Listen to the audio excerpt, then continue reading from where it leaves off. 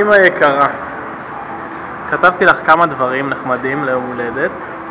בגלל שצעקתי על אבא כל כך הרבה היום, אז אני מעדיפה שלא לקרוא את זה. אני אתן לאבא להקריא לך את הברכה. אני בינתיים אוכל לי פה קצת גלידה.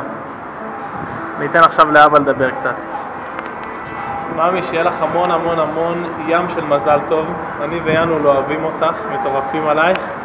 עשינו לך סרטון קטן עם ברכה שכתבנו לך, יותר נכון דניאל כתבה.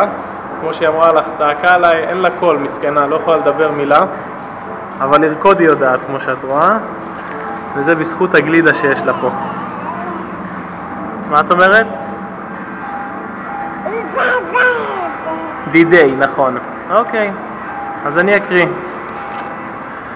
אמא יקרה שלי, אני מסתכלת עלייך ועל אבא לפעמים ואני צוחקת.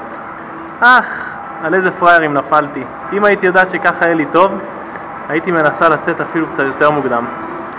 בימים האחרונים עשיתי קצת בלגן. תאמיני לי אמא, קיבלתי גלידה בתור פיצוי. יותר טוב מזה, נשתגע. עכשיו אבא הולך לעשות טעות, שאולי הוא ישלם עליה בעתיד. אז אני מרחיק מהר את השמיכה, שאני לא אסתבך עם אמא. עכשיו את יכולה לאכול את הגלידה. את רואה אמא שאני עם אבא לבד, תראי איזה ברדק, הכל הוא מרשה. לא חשוב.